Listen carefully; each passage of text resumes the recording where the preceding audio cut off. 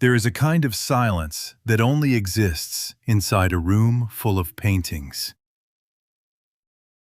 Not the silence of an empty church, or the silence of a house where nobody lives anymore. This is different. This is the silence of things that have been looked at for a very long time. Things that have absorbed the attention of hundreds of eyes over hundreds of years, until the quiet around them becomes almost physical. You can feel it when you walk in. A slight change in the air. A slowing down of your own breathing that happens before you even realize it. I have been walking into rooms like that for 30 years. My name is Edward Calloway. Most people call me Ed. I am 67 years old, and for the better part of my adult life I have made my living by looking. Not casually looking, the way a person looks at a menu or a street sign. I mean the kind of looking that takes everything you have, your eyes, your memory, your hands, your nose, and something else that I was never quite able to name, something that lives between instinct and experience and refuses to be taught directly. You either develop it over time, or you do not. I developed it. For 22 years, I worked as a senior authenticator for 3 of the largest art institutions on the East Coast: the Hargrove Museum of Fine Arts in New York, the Aldrich Collection in Boston, and for 7 years, the Continental Arts Foundation in Chicago. I examined thousands of paintings. I certified hundreds. I rejected more than most people in my field, which did not always make me popular, but which did make me trusted. There is a difference between being liked and being trusted, and in this profession, trust is the only currency that matters. 5 years ago, I stepped back from institutional work and opened my own private authentication office here in Philadelphia, in a narrow 3-story building on Chestnut Street in the Old City neighborhood. The building was constructed in 1891. The floors creak in a way I find reassuring. My office is on the 2nd floor, 2 large windows that face north, which gives me the flat, consistent light that authentication work requires. No direct sun, no shadows that shift, just clean, honest light that shows you what is actually there. The room smells like linseed oil, old canvas, and the particular dry paper scent of decades-old documentation files. Some people find it musty. I find it clarifying. It smells like the truth, if the truth had a smell. I set up the office with the intention of slowing down. Fewer cases, more selective work. I told myself I would take 2 years to wind things down properly before full retirement.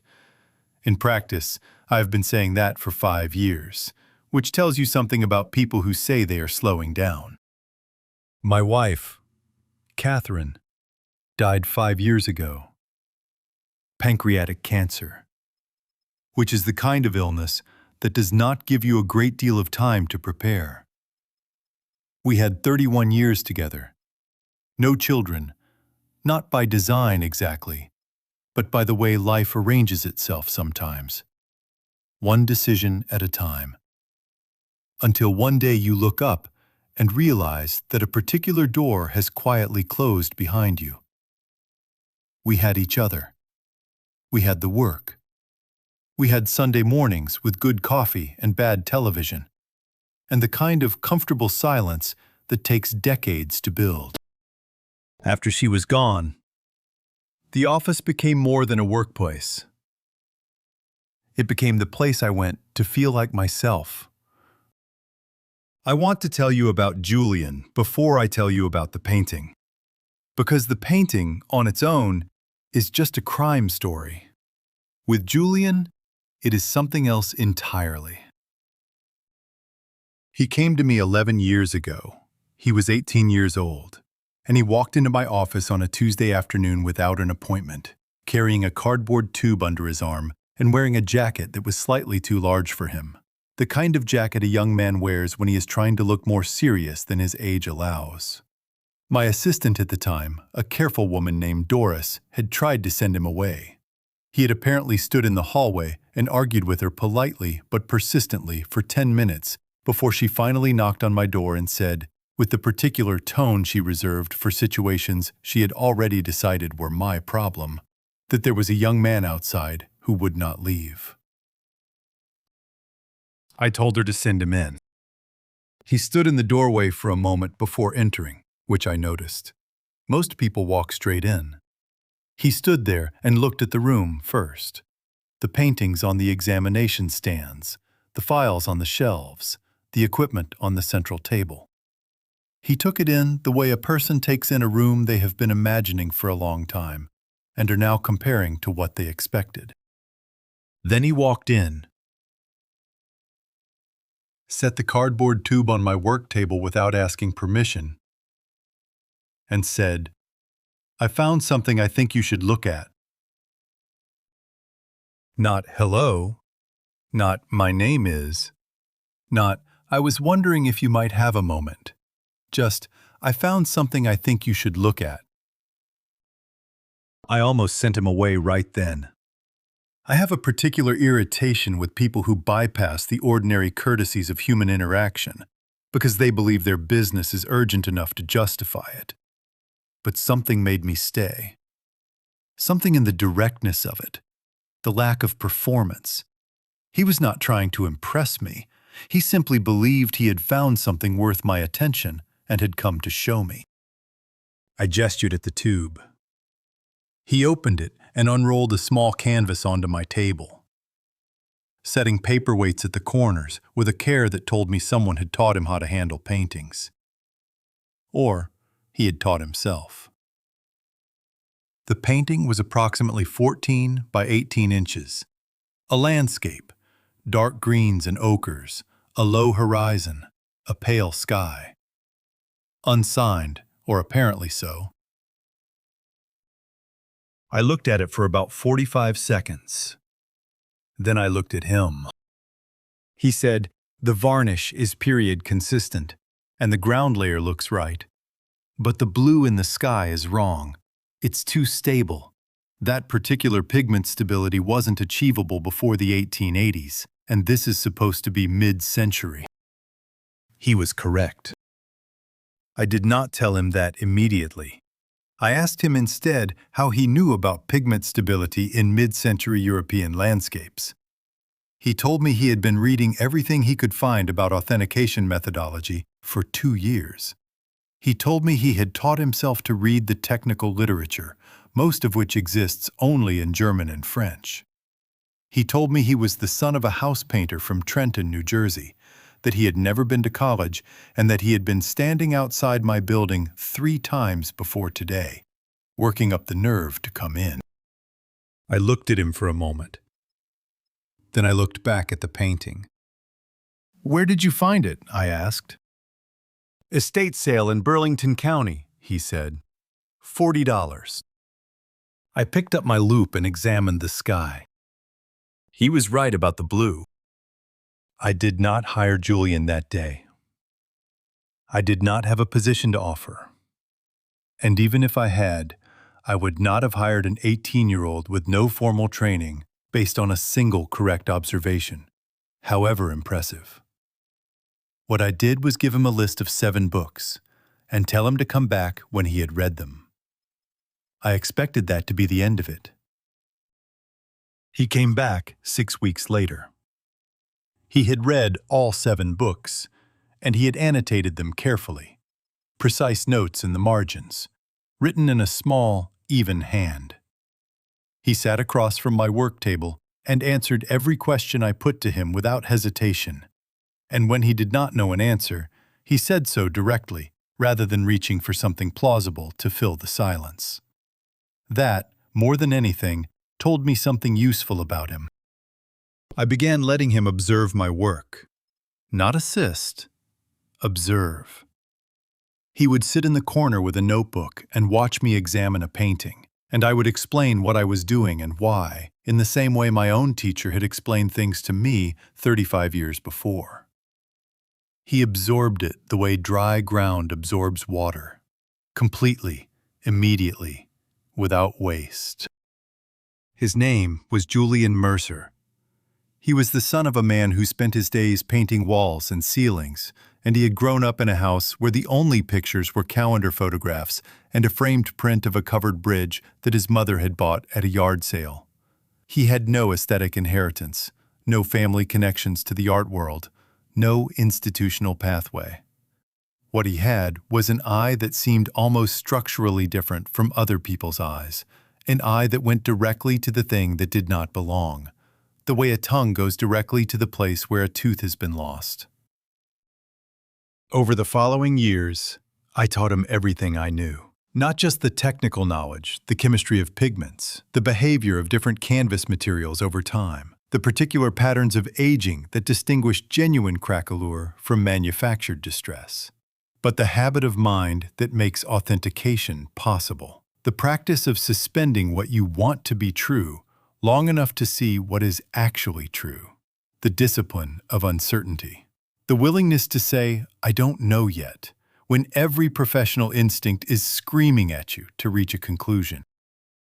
That last part, I realize now, was the part I should have applied to Julian himself. But we rarely use our best tools on the things closest to us.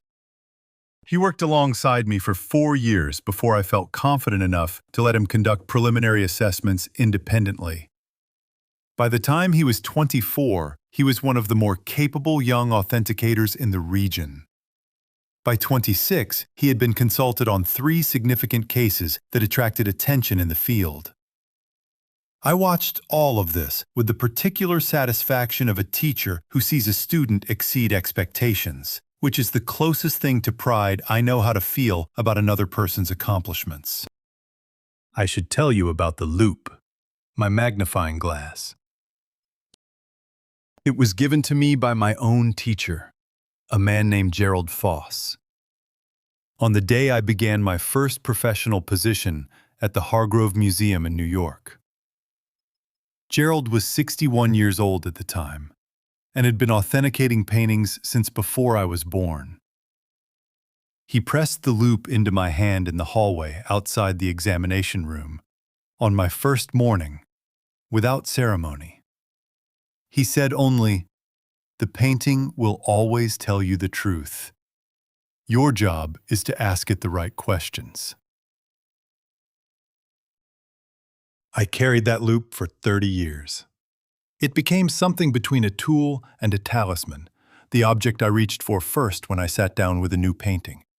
The weight in my shirt pocket that told me I was doing what I was supposed to be doing with my life. When Julian turned 25, I gave it to him. I did not make a ceremony of it either, because Julian would have found ceremony embarrassing, and I would have too.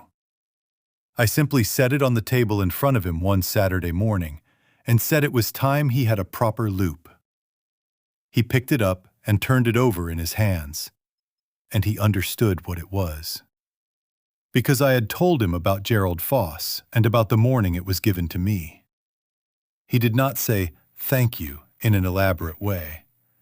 He just looked at me and nodded, which was, between the two of us, sufficient. That was 3 years ago.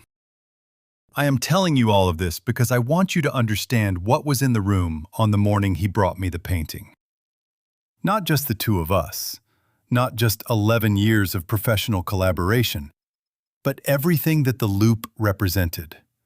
Everything that Gerald had passed to me and I had tried to pass to Julian. When I think about what happened that morning, I cannot separate the professional betrayal from the personal one, and I am not sure they are actually separable. I think they were the same thing. He called at 8:15 on a Thursday morning in early March. I was already at the office. I am always at the office before 9, a habit from 30 years of institutional work that retirement has not touched. He said he had a piece that needed urgent authentication, that the client was pressing for a decision within the week, and could he bring it in that morning? His voice sounded like Julian's voice, measured, clear, professionally composed. If there was something underneath it, I did not hear it, or I did not let myself hear it. I have gone back and forth on that question many times since. I told him to come at 10. He arrived at 9:55, which was also like him. He was never late, and he was never more than a few minutes early, because he understood that other people's time was not a resource to be borrowed without permission. He came in through the front door, carrying a flat wooden crate, the kind used for transporting fragile works, and he set it on my examination table with the same careful deliberateness I had watched him develop over years of practice. I offered him coffee. He accepted. He stood by the window while I prepared it, looking out at Chestnut Street, and he stirred the cup slowly after I handed it to him, though I could not recall if he normally stirred his coffee. Small things. I notice small things. That is the job. The painting, when he uncrated it, was a French landscape, late 19th century, attributed to a painter named Edouard Vasseur, a minor figure in the post-Barbizon tradition, not widely known outside specialist circles, but whose work had appreciated significantly in the past decade, as collectors began looking beyond the canonical names. The claimed value was $5 million. The sale was pending, contingent on my certification. I stood in front of it and looked. The painting was, I have to say, extraordinary. Not extraordinary in the way that great art is extraordinary. It was not a great painting, and Vasseur was not a great painter, whatever the market might currently suggest. But it was extraordinary in the way that a perfect deception is extraordinary, which is a different and more complicated kind of admiration. Every element was exactly right. The ground layer had the particular chalky warmth of 19th century French preparation. The brushwork and the tree line carried the slightly tentative quality of Vasseur's middle period, that characteristic hesitation in the foliage that his later, more confident work lost. The varnish had yellowed with complete consistency across the entire surface, no variation, no patches of different aging that would suggest retouching. And the craquelure, the network of fine cracks that develops in aged paint over time, was perfect. Not just present, which any competent forger can achieve with heat and patience, but perfect in its distribution. Craquelure does not age uniformly. It is denser in areas where the paint was applied more thickly, more widely spaced in thinly painted passages, and it follows the direction of the brushstrokes in ways that are extraordinarily difficult to replicate artificially because they require understanding not just the chemistry of the aging process, but the specific physical history of each individual painting. Whoever had made this painting understood all of that. I examined it for 40 minutes. I checked the signature, a small, slightly smudged mark in the lower left corner, exactly consistent with authenticated Vasseur signatures in the period documentation. I checked the canvas weave under the loop, the heavy linen ground typical of the region and era. I checked the paint layers in a thinly applied passage near the horizon, where I could see, even without cross-section analysis, that the layer structure followed the correct sequence. Julian stood by the window the entire time, stirring his coffee, not watching me with the attentive focus he normally brought to observation, watching the street. I noticed that. I noted it in the way I note everything, filed it, held it, did not yet know what to do with it. I was very close to satisfied. There was one area I had not yet examined, a small passage in the lower right quadrant of the painting, where Vasseur had rendered a cluster of thorn bushes at the base of a hillside. It was a minor element, compositionally the kind of detail that exists to anchor the foreground without drawing attention to itself. In authentication work, those are often the most revealing passages, precisely because the forger's attention tends to go where the viewer's attention goes. I moved the loop to that corner. The canvas weave there was slightly different. Not dramatically different, nothing that would have been visible to the naked eye, or to a loop examination of any other passage. But I had been looking at canvas weave for 30 years, and there was something in the texture of those particular threads, a slight uniformity, a regularity that was a fraction too consistent, that made me stop. I increased the magnification and looked at the way the threads crossed at the corner of the weave.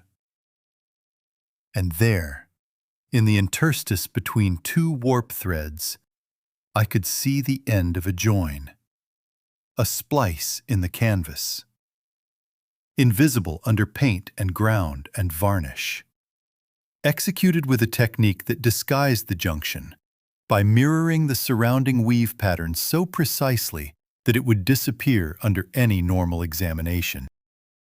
I had seen that technique once before. I had, in fact, invented it or developed it years ago as a theoretical exercise, a way of thinking through how a forger might solve the problem of canvas consistency when working with period materials that were not large enough to cover the full composition. I had described it in a seminar paper. I had demonstrated it once to a single student.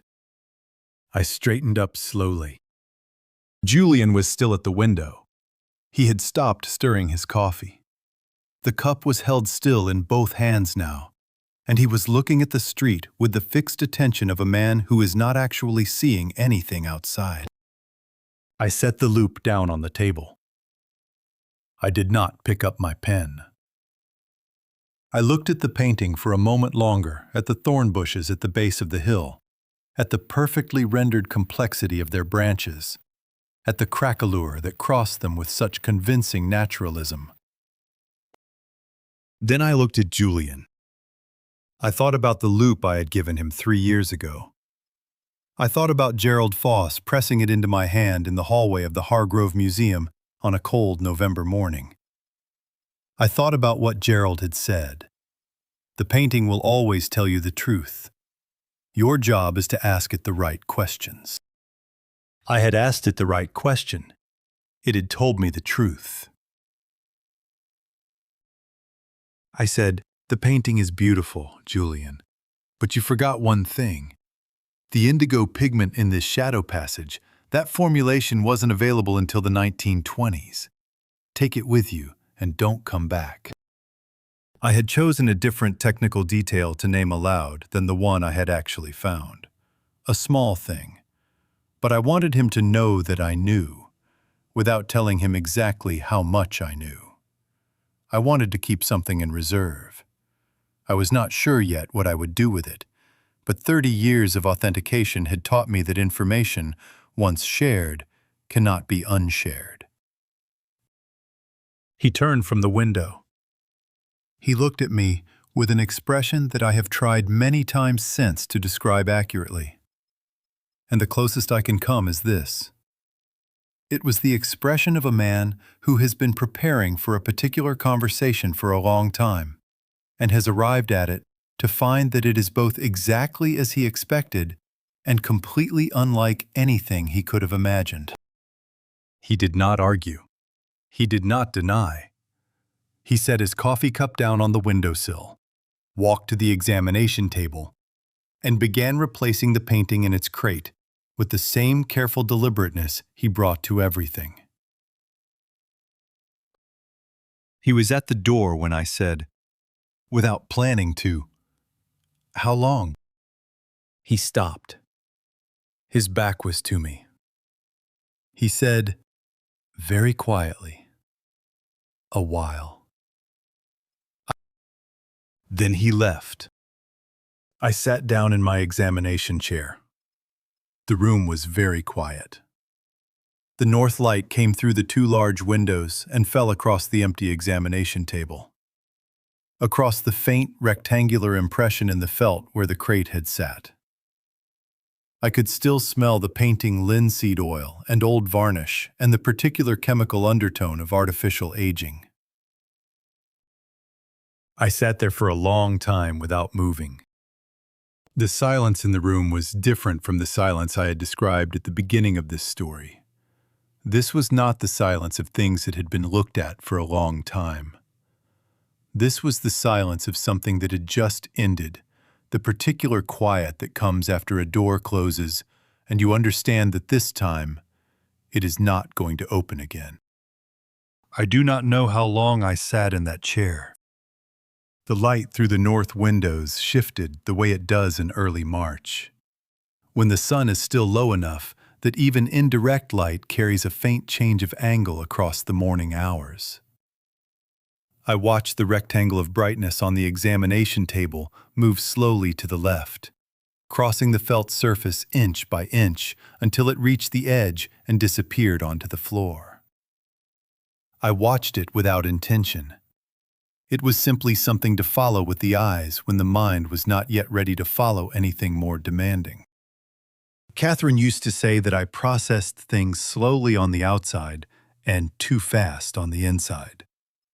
She meant that I appeared calm in moments that should have disturbed me, and then later, sometimes days later, something would surface, a tightness across the shoulders, a particular quality of sleeplessness, a tendency to stand in the kitchen at 2 a.m, staring at the counter, without knowing exactly what I was looking for. She was not wrong. She was rarely wrong about me, which was one of the more uncomfortable aspects of 31 years of marriage. And also one of the things I missed most completely after she was gone. I thought about her, in that chair, in the quiet after Julian left. I thought about what she would have said if I had called her, if that were still something I could do. Pick up the phone and hear her voice on the other end, practical and direct, and without unnecessary softness. She would have let me tell the whole thing before she said anything. She was good at that. And then she would have said something that reframed it in a way I did not expect. Something that had nothing to do with the professional details and everything to do with the thing underneath the professional details. I knew what she would have said. Actually, I could hear it as clearly as if she were sitting across from me.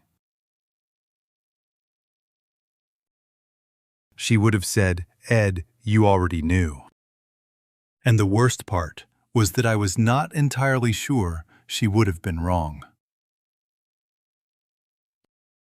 I got up eventually and made myself a fresh cup of coffee, which I did not drink. I set it on the edge of my desk and looked at my work table, at the paperweights I used to hold canvas corners, at the row of reference volumes on the shelf above, at the small framed photograph of the Hargrove Museum's East Gallery that I had kept on my desk since my last year there, a reminder of the rooms I had spent my best professional years inside. Everything in its place, everything exactly as it should be. The room looked like the room of a man whose life was in order. I picked up the loop I had set down during the examination. Not Gerald's loop, that one was gone, given away 3 years ago to a young man I had believed in completely. This was a second loop I kept for backup use, a good instrument, but without the particular weight and history of the original.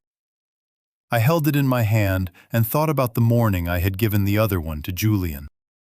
He had turned it over carefully, the way he always handled objects of value, and he had looked at it for a long moment before looking up at me, and I had thought, watching his face, that I was looking at the continuation of something Gerald to me to Julian, the accumulated knowledge of how to see passed from one pair of hands to another. I had thought it was one of the better things I had done with my professional life. Now I held the backup loop and thought about what that moment had actually been. Whether the young man sitting across from me that Saturday morning had already been thinking about the thing he would eventually do. Whether the hands that received the loop with such apparent respect had already begun, in some part of themselves, to calculate what my trust was worth and how it might be used. I did not know the answer to that. I still do not know it with certainty. but I know that not knowing it is its own kind of answer. I set the loop in my shirt pocket and stood at the north window, looking down at Chestnut Street.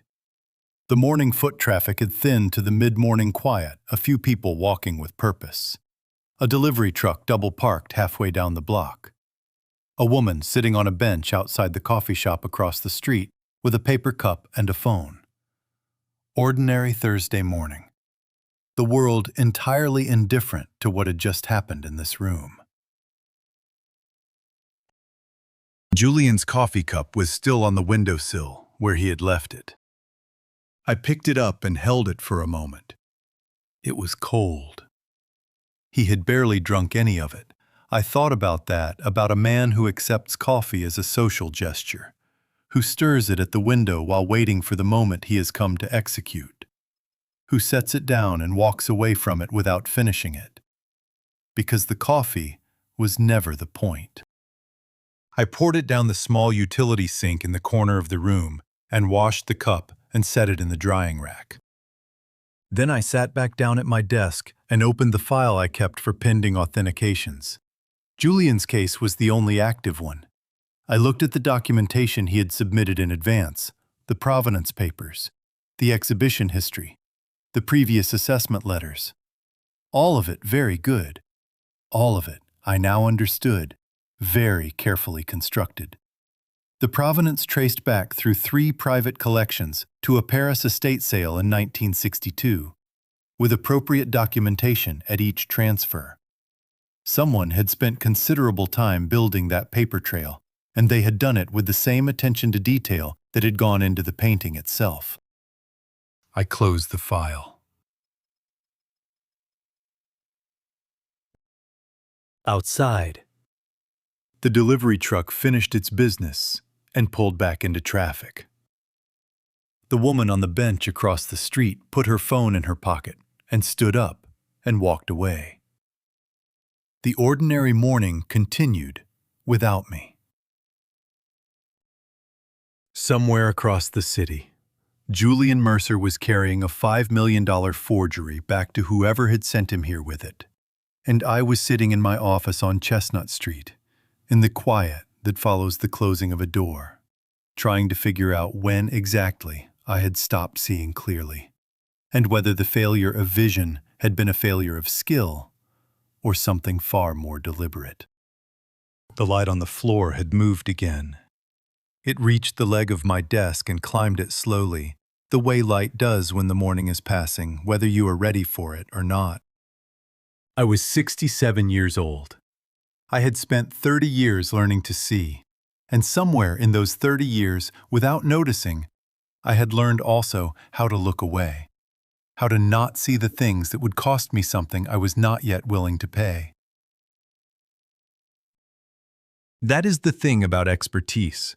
It sharpens your vision in the direction you point it, but it does nothing about the directions you choose not to look. I did not sleep that night. Not in the way that people describe sleeplessness as a dramatic thing, tossing, turning, staring at the ceiling with theatrical anguish. It was quieter than that. I simply lay in bed and remained awake, the way a machine remains running after you have stopped using it, the motor still turning without purpose or destination. The bedroom was dark.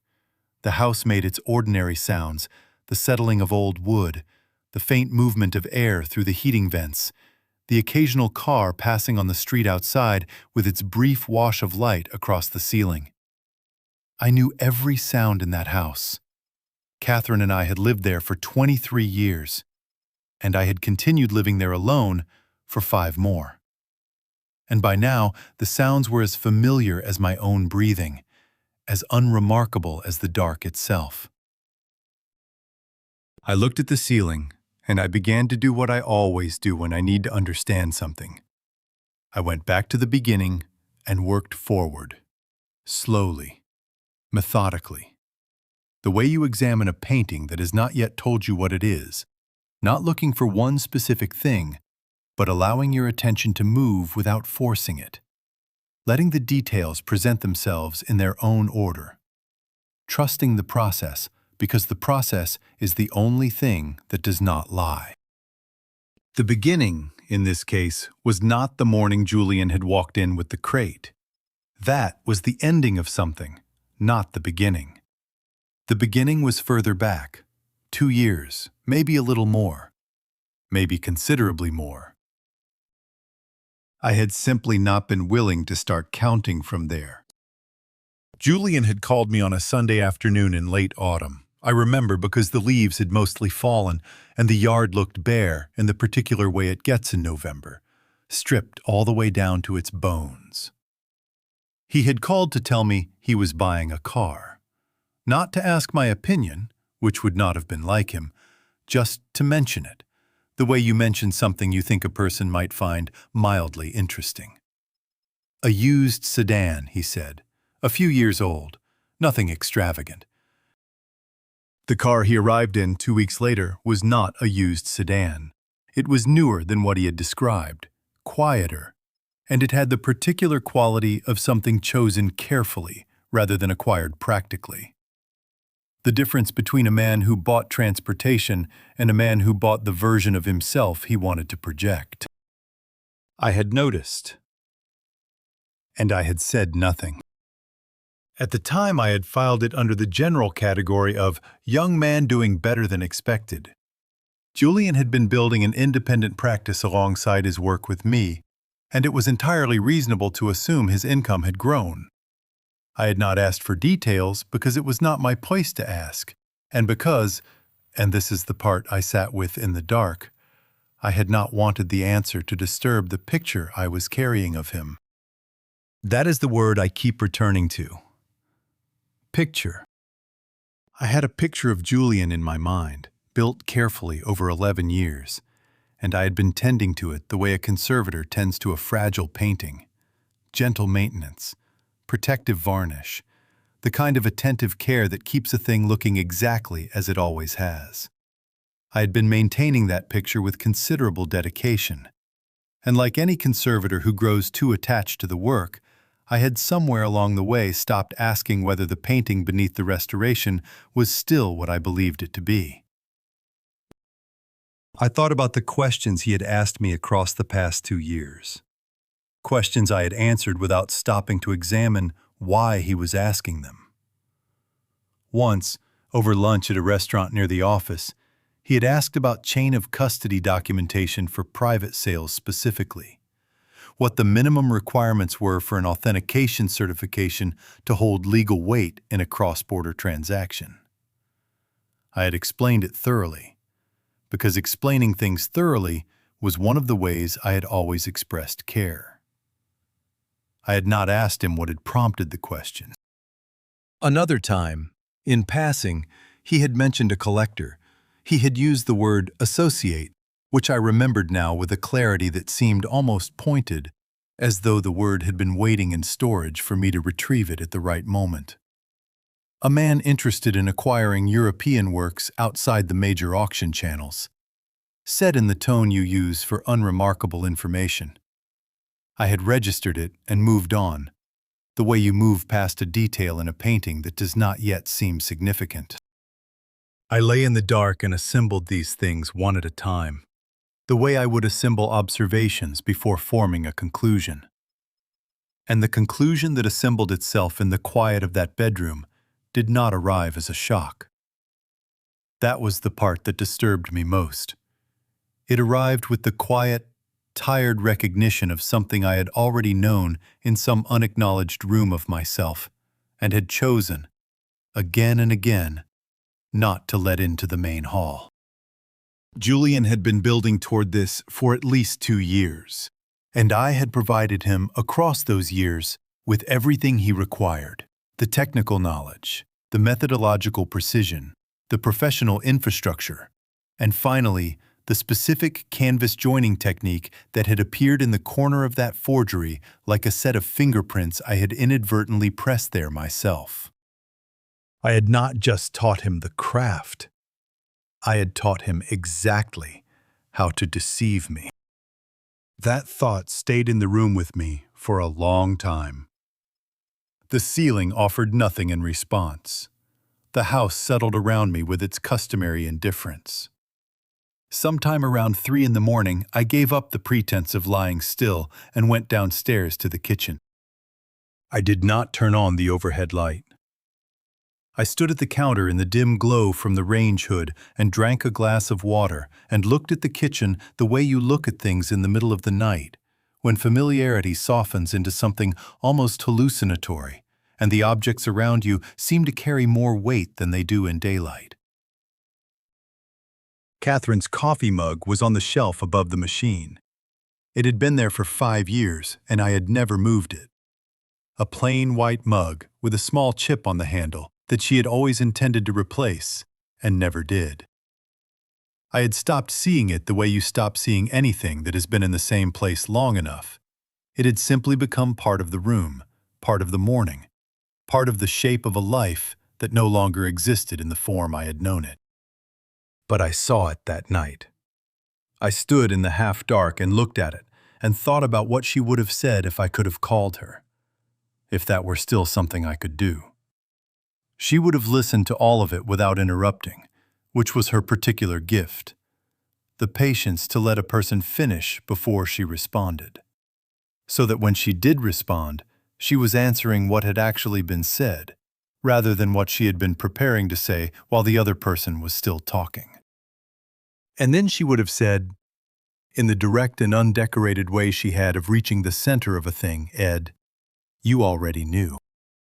Standing there at 3 in the morning, with the cold tile under my feet and the dark kitchen around me, I finally allowed myself to agree with her. I spent the next day at the office, the files open on the desk in front of me, and the north light coming through the windows exactly as it always did. And I did something I had trained myself never to do with a painting. I let what I wanted to be true lead the examination, rather than following the evidence. Except in this case, I was doing the reverse. I was mapping the distance between what had actually been happening and what I had told myself was happening. Those are two different exercises. The second one is considerably more uncomfortable than the first. Because in the first exercise, the subject is a painting. In the second, the subject is yourself. He had come to the office regularly, right up until the end. We had worked on legitimate cases together during that period, and I had no reason to doubt that work. Julian was not someone who operated in only one register at a time. He was capable of genuine professional integrity in one area of his life, while conducting himself very differently in another. That kind of sustained compartmentalization requires discipline, and Julian had always had discipline in abundance. I had spent years admiring it. I had spent years helping build it. What I found when I went carefully back through the record of those years was not a trail of obvious deceptions. It was something subtler and more unsettling. A series of moments in which he had given me the opportunity to ask a question, and I had declined the opportunity. Not because I had failed to notice it, because accepting the opportunity would have required me to entertain a possibility I was not prepared to entertain. I have spent my career studying forgeries, and I have learned one thing about them that applies equally to paintings and to people. The great deceptions are not caught because they are badly constructed. They are caught, when they are caught at all, because the examiner was willing to follow a small observation into uncomfortable territory. The observation itself is almost always minor. A pigment slightly too stable for its claimed period. A ground layer that is almost right but carries a faint chemical signature that does not belong. The examiner who catches it is not necessarily more skilled than the examiner who misses it. The difference is willingness. The willingness to let a small discomfort become a serious question. I had not been willing. That was what I sat with on that second day. Not simply that I had been deceived, though I had been, but that I had made a sustained and habitual choice to remain deceivable, because the alternative cost too much. By mid-afternoon, I had decided I needed to talk to Maggie. My sister Margaret has been called Maggie since we were children, and no adult version of the name has ever replaced it, which tells you something about the kind of person she is. Someone whose essential nature was established early and has never needed revision. She is 63 years old and lives in Pittsburgh, in the house she shared with her husband Robert for 30 years before he passed. She runs a small bookkeeping business from a room off the kitchen and tends a vegetable garden in the backyard, with the kind of focused dedication that, in another context, might have made her a very good authenticator. She has been, since Catherine died, the only person in my life who speaks to me without any particular concern for whether the words land comfortably. That quality had occasionally irritated me over the years. It seemed exactly right now. I called her that evening. She answered on the second ring, which was characteristic. Maggie treated an unanswered telephone the way I treated an unexamined painting, as a situation requiring prompt attention. I told her I needed to come up. She asked if I was all right. I said I was fine, in the way that means something is wrong, but not physically. And she understood the distinction immediately, because she had been understanding my distinctions for 63 years. She said, "Come Saturday." I said Friday evening instead. She heard what that meant and did not argue. I drove up Friday afternoon. The turnpike from Philadelphia to Pittsburgh is a little over 300 miles, and I have made the drive often enough that my hands know it without being told, which left my mind free to keep doing what it had been doing for 2 days, returning, with the relentless patience of water finding a crack, to the question I had not yet fully answered. Not what Julian had done. I understood the shape of that well enough. The question I kept circling was why he had done it here. Why this office, this table, this signature? Of all the authenticators whose certification could have served his purposes, he had come to me, to the man who had given him the technique buried in that canvas corner, the man who had given him the loop, the man who had spent 11 years teaching him how to see.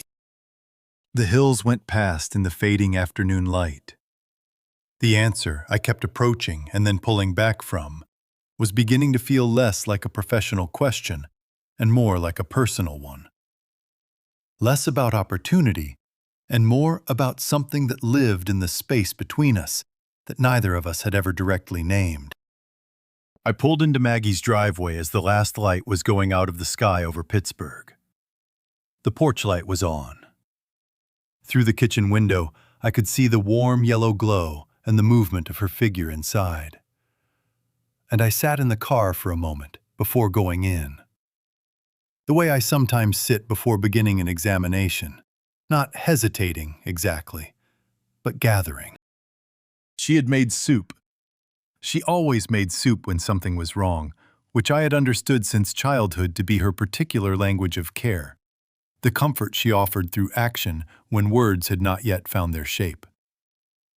We sat at the kitchen table, the solid oak table she and Robert had bought when they first moved in, slightly scarred on one corner from decades of use, and she let me eat before she said anything. She had always understood that some things need to be approached on a full stomach. I told her everything, not in the summarizing way I might have presented a case to a colleague, but slowly, the way you tell something to someone who already knows enough about you that the telling does not require constant explanation. The crate on the table, the 40 minutes of examination, the thorn bushes in the lower right corner, the canvas join and the technique that had no business being there. What I had said to Julian and what he had said at the door with his back to me, and the coffee cup still cold on the windowsill after he was gone.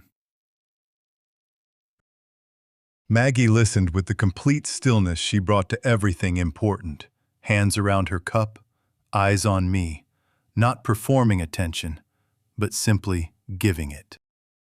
When I finished, she was quiet for a moment. Then she said, "How long do you think it had been going on?" I told her 2 years at minimum, probably longer. She nodded, looked at her cup. Then she said, "Ed, do you remember what you told me about Catherine in the year before she got sick?" The question arrived from a direction I had not been expecting. She did not wait for me to answer. "You called me maybe 6 months before the diagnosis. I asked how she was doing, and you said she seemed tired, but you thought she was just working too hard. I asked if she had been to a doctor, and you said you had mentioned it, but she kept putting it off, and you did not want to push." She paused. I remember sitting with the phone after we hung up and thinking, he knows. He knows something is wrong. He just cannot go to that place yet. I looked at the scarred corner of the oak table. I said that to Robert afterward. He told me to call you back and push harder. I did not, because I told myself it was not my place. Another pause, smaller this time. I have thought about that more than once since. I said I did not think it would have changed anything, that I would not have been ready to hear it. "No," she said. "You would not have been. That has always been true of you. Ed, when you decide something is a certain way, you can maintain that decision against considerable evidence. You did it with Catherine, and from what you were describing, you did the same thing with Julian." There was no sharpness in how she said it. Maggie could deliver the hardest observations without any edge, because she was not delivering them to inflict something.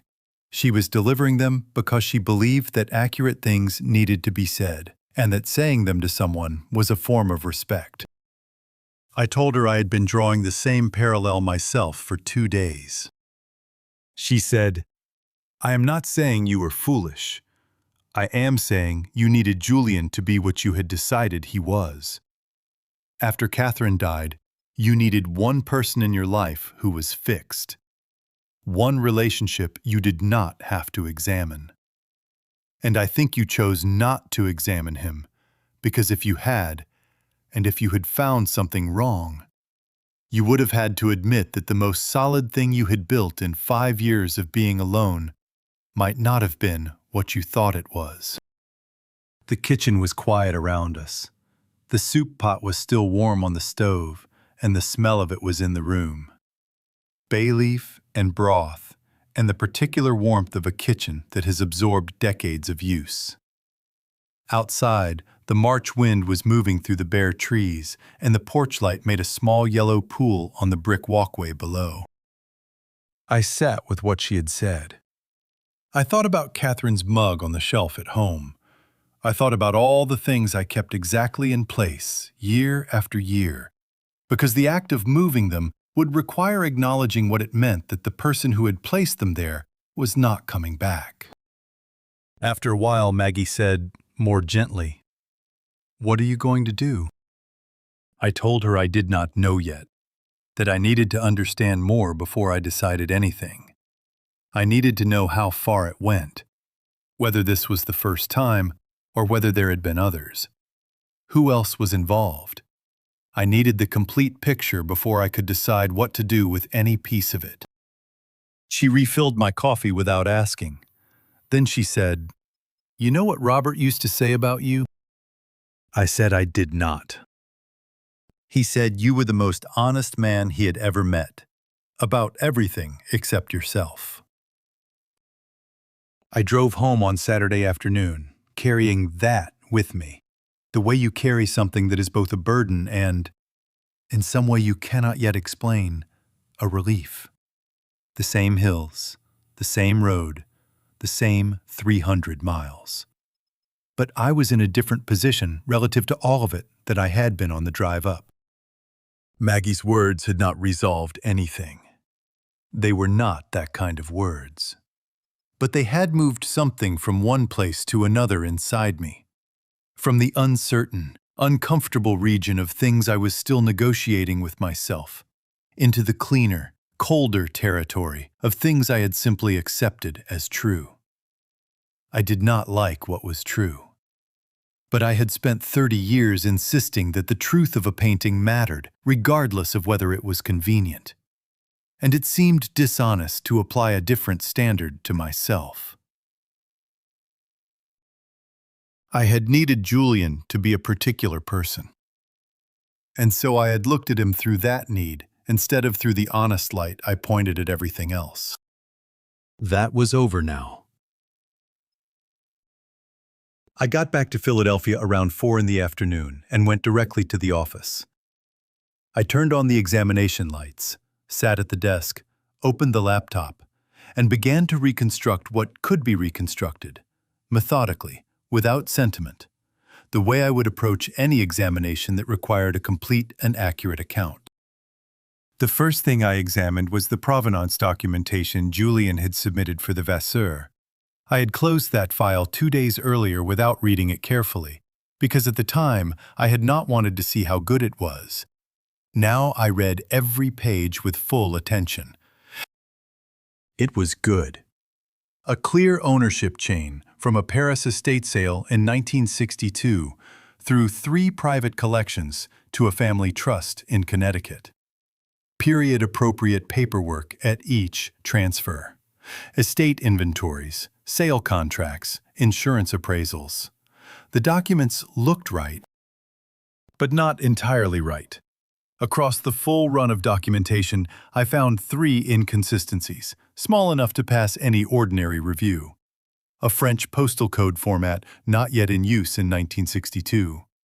A contract clause that had not become standard practice until the 1980s. A typeface on one insurance document that a specialist in period typography would recognize as belonging to a slightly later era than its claimed date. Each one minor in isolation. Together, they told me that the person who had constructed this paper trail was skilled but not exceptional. More to the point, they told me that the person who had made the documents was not the same person who had made the painting. The painting had been made by someone extraordinary. Julian had an extraordinary eye and an extraordinary hand. But Julian was not a documents man. The paperwork had come from somewhere else, which meant he had not done this alone. There was infrastructure behind it. There was someone who connected the pieces. I thought of Thomas Garfield. Thomas was a private dealer in New York I had known for 15 years, a man who had always operated comfortably in the gray space between the legitimate market and the less legitimate one. Not a criminal in any simple sense, but someone who had always known more about the origins of certain works than he confirmed publicly. More usefully, he heard things. He was the kind of person the art world produces in every generation. Someone whose knowledge is wide precisely because they have never been too particular about where information comes from. I called him that evening. He answered carefully, the way he always answered calls he had not initiated. And I described the Vasseur to him in general terms, no names, no provenance details, just the parameters of the work and its claimed history, and asked if he had heard anything moving in that range recently. The pause before he answered was not long, but it was long enough. He told me carefully that there had been talk about a Vasseur, that a work in that category had apparently changed hands privately several weeks earlier. European buyer, he thought, facilitated through a broker he was familiar with, someone who worked at the upper level of the private market, whose clients were collectors who preferred transactions without public record. He said the broker's name was Voss, no first name that he knew. He said Voss had a reputation for operations that were extremely clean, well documented, well insulated, and built to be very difficult to trace after the fact. I thanked him and ended the call. I sat with the examination lights burning and thought about what I had just confirmed. The original Vasseur had already moved. Julian had sold it weeks before walking into my office. He had committed to the plan, completed the primary transaction, and then come here with the forgery to close the circle. To create the paper trail that would give the substitute a legitimate identity in the market record, while the original disappeared into a private European collection. If I had signed the certification, the operation would have been effectively complete. Clean, insulated, nearly impossible to trace. Everything accounted for, everything in its proper place.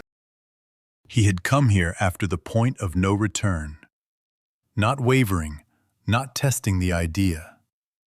He had stood at my window and stirred his coffee because the coffee was something to do with his hands while he waited for me to finish the examination and pick up the pen. I turned off the examination lights and sat in the dark for a while. Then I thought about Thomas's phrase again, several weeks ago, which meant Julian had sold the original painting, arranged for the forgery, planned the visit, and arrived at my office, all of it already in motion, already past the moment when it could have been undone. He had walked through my door carrying a decision he had already made, completely. I sat in the dark office on Chestnut Street and I thought about Maggie's words. The most honest man he ever met. About everything except himself. And I thought about the question that had been following me since the morning Julian walked out the door. Why me? Not which authenticator. Me. This office. This table. The man who had given him everything he knew, including the technique in the corner of the canvas, including the loop that had once belonged to Gerald Foss, including 11 years of the most careful and genuine professional attention one person can give to another. The answer was beginning to take a shape I had not expected. And it was not, I was starting to understand, simply an answer about money. The following Monday, I went back to the office and did something I had not done in 11 years. I pulled every file that had Julian Mercer's name on it. Not just the recent ones, all of them, going back to the earliest days when he had been an observer rather than a participant, when his name appeared in my notes only as a notation that he had been present during an examination. I stacked them on the work table in chronological order, and I went through them the way I would go through the layer structure of a painting that had begun to raise questions. Starting from the bottom, working up, looking not for what was there, but for what the accumulation of what was there eventually became. It took most of the day. What I found was not a hidden record of wrongdoing. Julian had been careful, and the files themselves contained nothing incriminating. What I found instead was a pattern, a gradual shift in the texture of our professional relationship that had taken place so slowly and so naturally that it had been invisible from inside it. The way a painting darkens with age, not in any single moment you can point to, but across decades of accumulated varnish, until the original colors are present but muted, present but not quite themselves anymore. In the early years, his questions in the margins of examination notes were technical. How did I determine the ground layer composition without cross-section analysis? What reference material had I used for the Barbizon pigment sequence?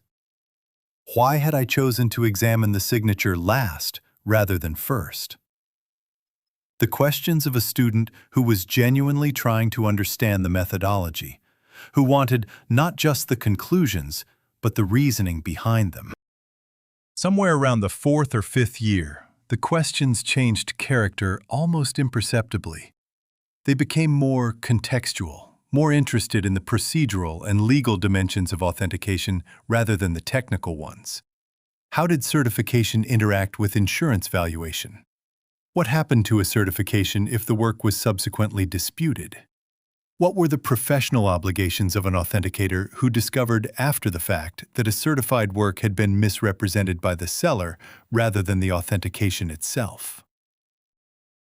At the time, I had read those questions as the natural intellectual development of a practitioner who is moving from pure technique into the broader professional landscape, which was a reasonable reading. It was also a reading that required me not to notice what else those questions could mean. I sat at the work table in the afternoon light and looked at the stack of files and thought about what a different person, a person without my particular need to maintain a certain picture, might have read in those questions at the time. And the answer was not comfortable. The questions had been a map, not drawn for my benefit, but drawn in my presence, in my files, using the legitimate vocabulary of professional development as cover. And I had read the map as a sign of growth, rather than as the thing it also was. I closed the last file and sat for a while, with the particular exhaustion that comes not from physical effort, but from sustained clarity, the kind of tired that follows the completion of an examination that has asked everything of you and given you back an answer you did not want. Then I opened my laptop and began searching for Edouard Vasseur. Not the painter I knew his work well enough. I was searching for the specific painting that Julian had claimed to be authenticating. The title given in the provenance documentation was Paysage avec collines et buissons, landscape with hill and thorn bushes. A descriptive title rather than a proper one, the kind assigned after the fact rather than by the artist. I searched the major auction records, the public museum databases, the online catalogues raisonnés for Vasseur's work.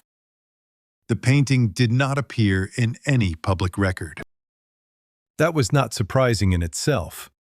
Many legitimate works in private collections never appear in public records, particularly those that have passed through estate sales and private transactions without ever being offered at major auction. The absence of a public record was not evidence of anything, but combined with everything else, it added one more layer to a picture that was becoming very clear. I then searched for the 3 private collections listed in the provenance chain. The first 2 were real. I found references to both in auction house archives, legitimate collectors whose names appeared in legitimate contexts. The third? The Connecticut Family Trust. I could find no independent reference to it all, which meant the chain of custody, convincing on its surface, had been constructed to anchor itself in verifiable reality at the beginning and then float free of it at the end, where verification was hardest. It was good work, patient, intelligent, carefully calibrated to pass the kind of review most authenticators would give it. I thought about Julian sitting across from me over the years, asking his careful questions, building his careful knowledge of exactly where the edges of scrutiny typically fell, learning not just how to make a forgery, but how to build the world around a forgery. The documentation, the provenance, the institutional context that made the forgery unnecessary to examine too closely, because everything surrounding it was already so persuasive. I had taught him to look at the whole painting, not just the brushwork. He had applied that lesson to a larger canvas than I had intended. On Tuesday, I called Thomas Garfield again. I told him I needed more information about Voss. Not for any official purpose. I was not contacting law enforcement. I was not preparing a formal complaint. I told him I simply needed to understand the full shape of what had happened, and that he was the only person I knew who might be able to help me understand it without requiring me to explain more than I wanted to explain. Thomas was quiet for a moment. Then he said he appreciated my candor about the limits of what I was asking, which was his way of telling me he understood I was not going to share everything, and that he was all right with that, as long as the same courtesy extended in both directions. I told him it did. He told me what he knew about Voss, which was not a great deal, but was enough. Voss was not a name in the sense of a publicly known figure, It was more of a professional designation, a name used in certain circles to refer to a particular operation rather than a particular individual. The operation had been active for at least 4 years, possibly longer, and specialized in the kind of transaction Julian had apparently been involved in.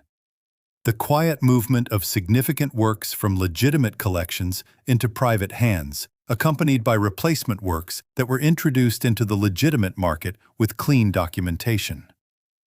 The replacement works, Thomas said, were consistently of very high quality, higher than the work typically seen in that kind of operation, which tended toward good enough rather than exceptional.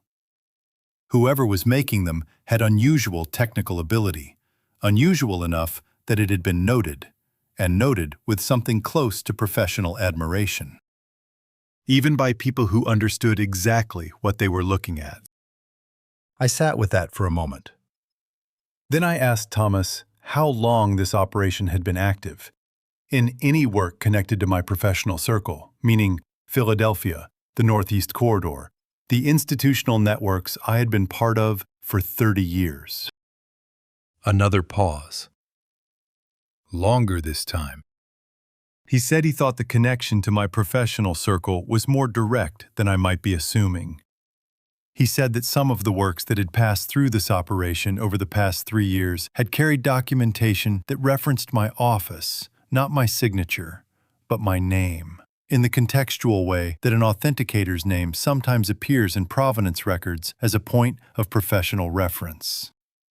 Someone had been building a paper trail that used my professional reputation as ambient credibility without requiring my actual involvement. Until, he did not say, but clearly implied, the time came to require my actual involvement. I thanked him and ended the call. I stood at the north window for a long time after that. The street below was going about its ordinary Tuesday business, a woman walking a dog, 2 men in work jackets eating lunch on a bench, a delivery van pulling up to the restaurant on the corner. I watched without seeing, the way you stare at a painting when you are not examining it, but simply standing in its presence, letting it be what it is. What Thomas had told me changed the shape of the thing considerably. This had not been a single opportunistic act by a young man in financial difficulty who had made a bad decision.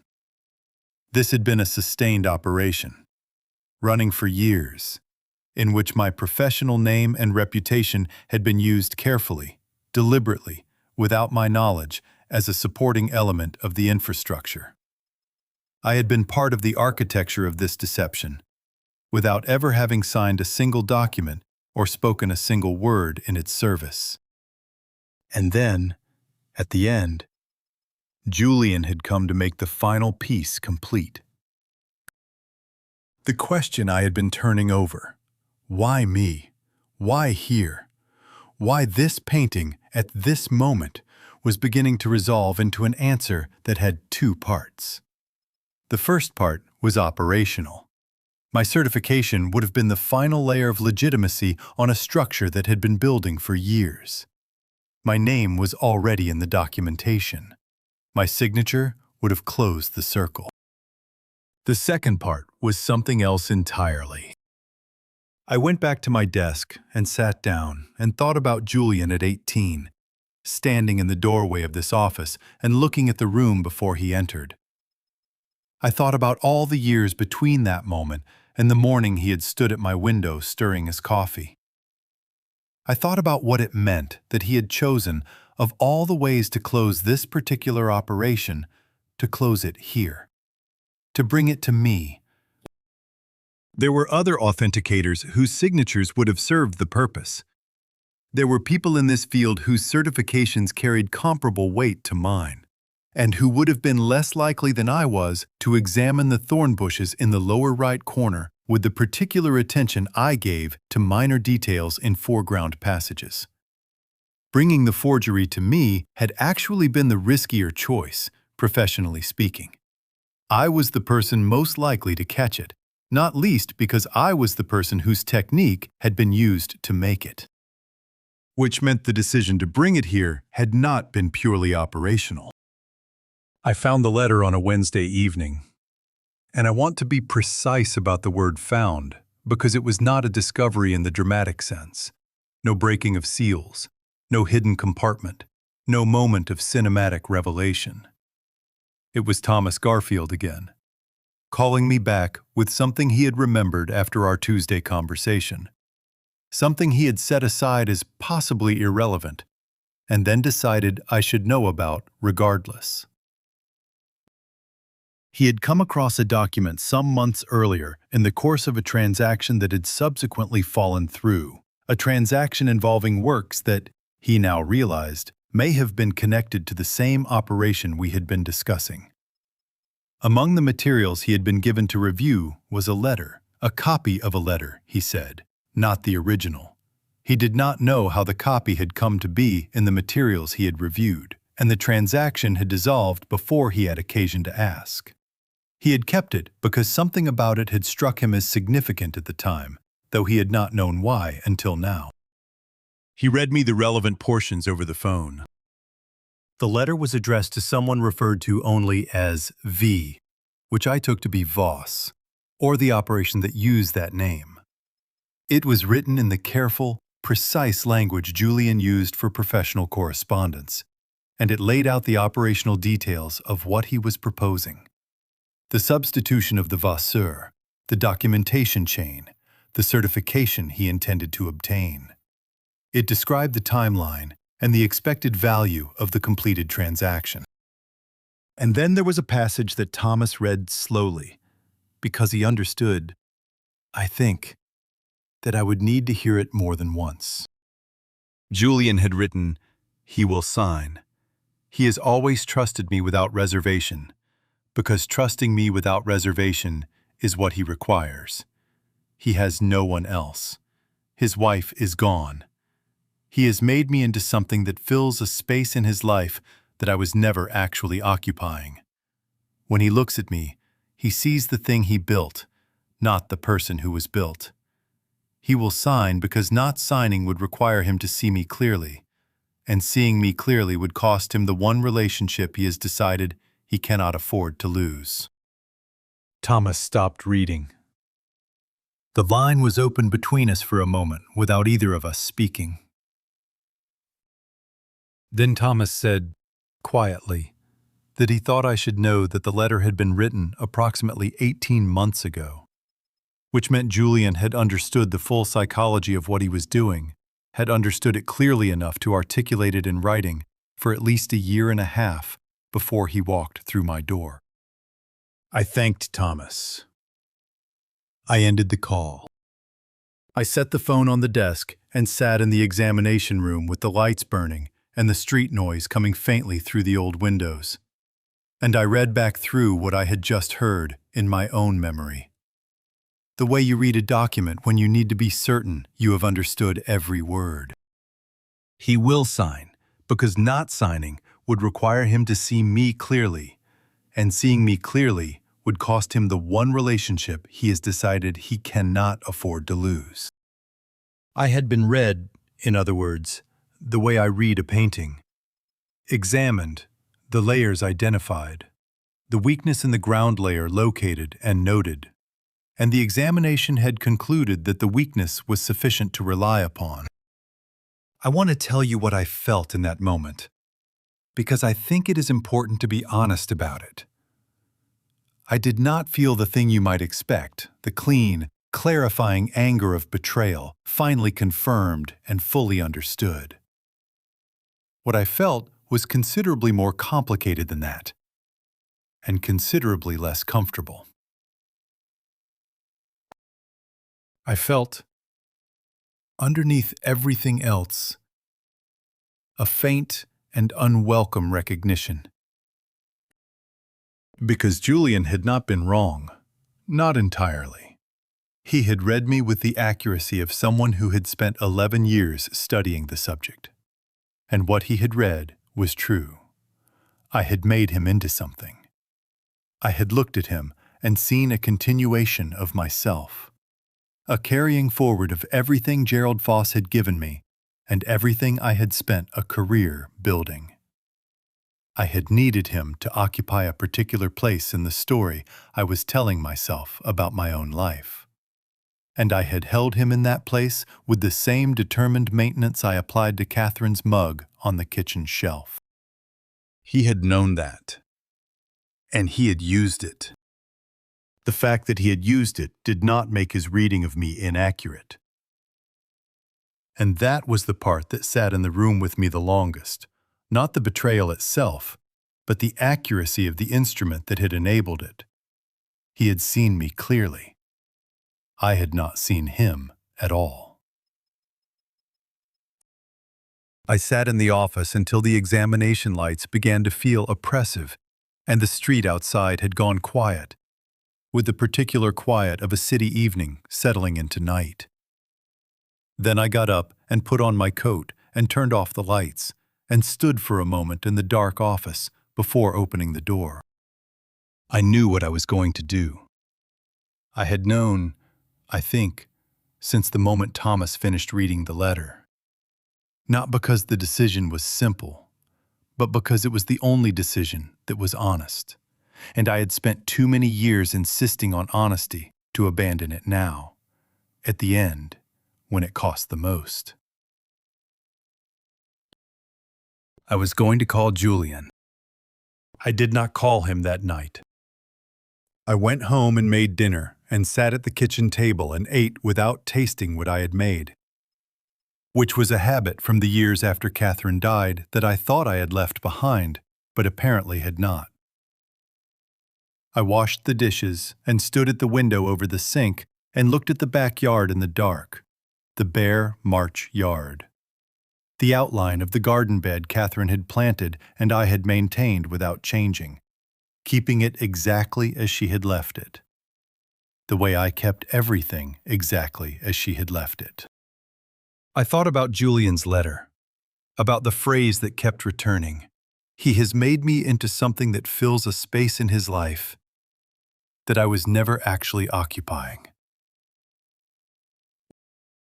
I stood at the window for a long time with the honest thing, the thing I had been edging toward since Maggie's kitchen table, since Thomas's phone call, since the dark bedroom where I had finally agreed with Catherine's voice in my head. The honest thing was that Julian had identified something real, not just about our relationship, but about a pattern in my life that was older and deeper than my relationship with Julian. A tendency to construct the people I needed from the materials they provided, to build a version of them that served a particular emotional purpose, and then to maintain that version against the accumulating evidence of who they actually were. Catherine had known this about me. She had known it with the tolerant clarity of a woman who loved someone and understood them completely and had made peace with the parts that could not be changed. She had never named it directly, in the way that the people closest to us rarely name the things they have decided to accept. But she had known. Maggie had named it. Julian had weaponized it. I dried the last dish and put it away and went into the living room and sat in the chair I had been sitting in for 20 years, the chair by the window, with the lamp beside it and the side table with the ring stain on the corner from 30 years of coffee cups. I sat and I thought about what I was going to say to Julian and what I expected to happen when I said it. I was not going to the police. I had decided that clearly. And I was at peace with the decision, though I understood it would strike some people as a failure of moral courage. My reasoning was not complicated. Involving law enforcement would require me to account publicly for why I had not reported the matter immediately, and the answer to that question contained elements that were not flattering to me. Elements about what I had known and chosen not to know about the nature of my professional relationship with Julian and what it had served in my own life. I was not willing to have that account become part of a public record. That was a self-interested reason, and I acknowledged it as such. But there was another reason, one that I believed was less self-interested. Julian was 29 years old. He was talented in a way that was genuinely rare. And talent of that kind, once destroyed by a criminal record, does not recover. I did not want to be the instrument of that destruction. Not because he did not deserve consequences he did, but because the particular consequence of a public prosecution would fall on the talent as surely as on the man, and I was not willing to be responsible for that. What I wanted was something different, something that required a direct conversation rather than an institutional process. Something that was, in its own way, a kind of authentication, a forcing of what was real to the surface, after too long a period of varnish and protective coating. I called him Thursday morning. He answered on the third ring. His voice was careful in the way it had been careful at the door, the voice of a man who had been expecting a call and had been preparing for it, but who could not know exactly what form it would take. I told him we needed to meet. I told him I had read the letter. There was a silence on the line. Not a long one. Then he said, in a voice that was quieter than I expected and carried something I had not anticipated, not relief exactly, but a kind of settling, as though a held breath had been let go. He said, "Yes." He said he would come. I told him to come Saturday morning. I told him to come at 10. I put the phone down and sat at the desk in the morning light, and looked at the examination table and thought about everything that had happened on the last Saturday morning when someone had come to this office at a time I had specified, carrying something I had not yet fully understood. This Saturday would be different. I spent the rest of the week in a state that I can only describe as deliberate stillness. I went to the office each morning. I answered correspondence. I completed a small assessment I had been putting off for 2 weeks, a minor attribution question involving a 19th century American landscape that turned out to be exactly what it claimed to be, a genuine work, honestly presented, with nothing hidden in any corner. I wrote up the certification and signed it without hesitation and held the signed document in my hand for a moment before placing it in the file, thinking about the difference between that signature and the one I had not given 10 days earlier. The difference was everything. On Friday evening, I drove past the office without stopping and kept driving for a while, through the old city streets and down toward the waterfront and along the river in the thin early spring light. The Delaware was gray and flat and moving steadily southward, indifferent to the city on its bank, indifferent to everything that had happened in the past 2 weeks in a second-floor office 3 blocks away. I drove alongside it for a while and then turned back. I was 67 years old. I had spent 30 years learning to see what was actually in front of me. I had spent, it seemed, considerably longer learning to see what was actually inside myself. The second education had been the harder one, and it was not yet complete. But I was further along than I had been 2 weeks ago, which was something. I went home and made dinner and ate it and washed the dishes and stood at the kitchen window looking out of the dark yard. Then I reached up and carefully moved Catherine's mug from the shelf above the coffee machine to the cabinet below it, where it would still be there, still present, but no longer the first thing I saw every morning and the last thing I saw every night. I did not do it as a gesture or a ceremony. I did it because it was time, and I finally knew it was time. And knowing something is time and doing it are not the same thing, but they are closer together than I used to believe. Then I went to bed, and this time I slept. He arrived at 10 o'clock exactly. I heard the front door of the building open and close. And then his footsteps on the stairs, that particular rhythm I had heard hundreds of times over 11 years, unhurried and even. the footsteps of a man who moved through the world with deliberate economy. I had always associated that quality with confidence. Sitting at my desk on a Saturday morning in late March, listening to those footsteps come up the stairs for what I understood would be the last time. I heard something different in them. Not hesitation exactly. Something more like the measured pace of a person who has decided to walk toward a thing they would rather not face, and who is doing it anyway because the alternative is worse. I had not rearranged the office. I had considered it, thought briefly about whether the physical space of the room should be configured differently for this conversation than it was for ordinary professional work. I decided against it. The room was what it was. The examination table in the center, the north windows on the far wall, the shelves of reference volumes and documentation files along the sides, the two chairs that faced each other across the corner of the desk. It had been the room of our professional relationship for 11 years, and it would be the room of its ending. And I saw no reason to pretend otherwise. Julian knocked, which he had not done in years, had not done since the early days when knocking was still required by the formality of a relationship that had not yet found its natural shape. The knock told me something about where he was. Not performing confidence. Not performing anything. I said, "Come in." He looked the same, which was the first thing I noticed, and which struck me as faintly absurd, because I do not know what I had expected, some visible mark of the past 2 weeks, perhaps some alteration in the surface that reflected what had happened beneath it.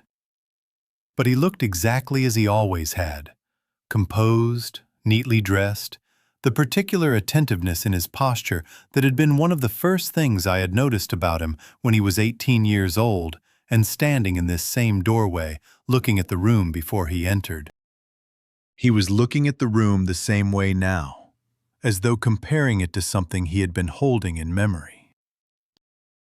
I gestured at the chair across from the desk. He sat down. He did not look at the examination table, which I noticed, and which told me something that he had no desire to reference what had happened there 2 weeks ago. Or perhaps that referencing it was not something he could do yet, without losing the composure he had clearly spent some effort assembling for this morning.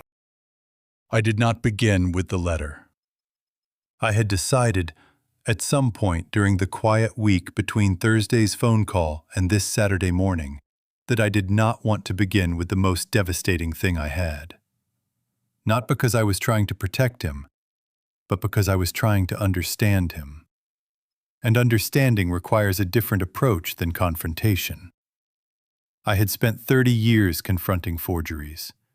I knew how to do that. What I wanted to do here was something harder. I asked him if he remembered the first painting he had correctly identified on his own. Not the $40 fine from the Burlington County estate sale that he had brought to me. I meant the first examination during his time with me, where I had stood back and let him lead, and he had arrived at the correct conclusion independently. He looked at me for a moment. Something shifted in his expression, not softening exactly, but a change in register. A slight dropping of the careful composure he had carried in through the door. He said he remembered. It had been a Dutch interior, tentatively attributed to a minor follower of De Hooch. He said he had spent 4 hours with it before he was certain enough to say what he thought. And even then, he had said it quietly, as though he expected to be corrected. I remembered it differently. I remembered him saying it with complete certainty, in the understated way that was characteristic of him. Not quietly from lack of confidence, but quietly because that was simply how he spoke when he was sure of something. As though certainty did not require volume. I told him I remembered it too. We sat with that for a moment. Outside, the March morning was going about its business. The particular Saturday quiet of the old city streets. Less traffic than a weekday. the occasional voice or footstep passing below the windows. Then I said, I want you to know that I am not going to pretend the last 11 years were not what they were. Whatever happened, and whatever you did, and whatever I failed to see, those years were real. The work we did together was real. I am not going to unmake them. He looked at me steadily. His hands were in his lap. He did not say anything. I said, but I need you to tell me the truth. Not the operational truth. I have most of that already. I need the other kind. He was quiet for a long moment, long enough that I thought he might not answer. Then he said, in a voice that was careful in a different way than his professional voice. Careful the way a person is careful when they are trying to say something true rather than something useful. I did not think you would catch it. I said I knew that. He said I told myself that if you caught it, it meant I had made a mistake, that I had miscalculated somewhere. I spent more time on that painting than I have spent on anything in my life. I told myself that if it was good enough to pass you, it was good enough. I said, and if it passed me, what would that have meant to you? He did not answer immediately. I watched his face work through something, not evasion, but the genuine difficulty of a question that had an honest answer he had not yet permitted himself to articulate. Finally, he said, I think I needed to know if I was better than you. The room was very quiet. I had not expected that answer. Or perhaps more honestly, I had not allowed myself to expect it, which is different. I sat with it for a moment. The north light came through the windows with its customary honesty, showing everything without comment, the way it always did. The room around us held the silence in the way that rooms hold things not passively, but the way old walls hold the sounds of everything that has ever happened inside them, muffled but present, available to anyone who knew how to listen. I said, tell me what that means. Tell me what better means in that sentence. He looked at his hands for a moment. Then he looked up at me. He said, you always knew. In every examination, every case, every time we stood in front of a painting together, you always knew before I did. Even when I arrived at the right answer, you had already been there. I could see it in how you moved through the examination. You were never discovering. You were confirming. I said that was not always true, that there had been cases where I had been uncertain. He said, you were never uncertain in a way that showed. And I spent 11 years trying to get to where you were, and I kept arriving and finding that you had already moved further. The target kept shifting, not because you were trying to keep it out of reach, I understood that, but because that is what expertise does. It does not wait for you to catch up. It keeps going. I listened to this carefully, not defensively, but the way I listen to a painting, attending to the full surface of it, not just the parts that were easiest to receive. He said I told myself the money was the reason, and the money was real. There were debts, there were pressures, things I had gotten into that I could not see my way out of by legitimate means. All of that was true, but I knew, sitting alone with that canvas for the months it took to make it, that I was not making it just for the money. I was making it to see if I could make something that would pass you. I said, and when I stopped you, when I told you to take it and go. He said I knew you had found something. I did not know what. I had gone over every passage 100 times, and I could not find the weakness myself. Which meant either I had made a mistake I could not see, or you were better at finding mistakes than I was at hiding them. He paused. and I did not know which one it was until right now, sitting here. I said, "Which one is it?" He said, quietly, "Both, I think." I reached into the desk drawer and took out the copy of the letter that Thomas had given me and placed it on the desk between us without comment. I watched Julian look at it. I watched his face as he read it, or reread it, since he had written it himself and presumably remembered what it said.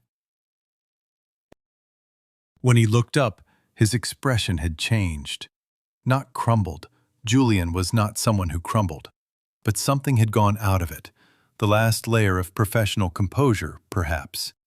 What remained underneath was something I had not seen on his face before, or had not been willing to see. Something younger than his usual expression, something closer to the face of the 18-year-old who had stood in the doorway with his cardboard tube and his too large jacket, and his absolute conviction that he had found something worth my attention. He said, "That is the most honest thing I have written in years."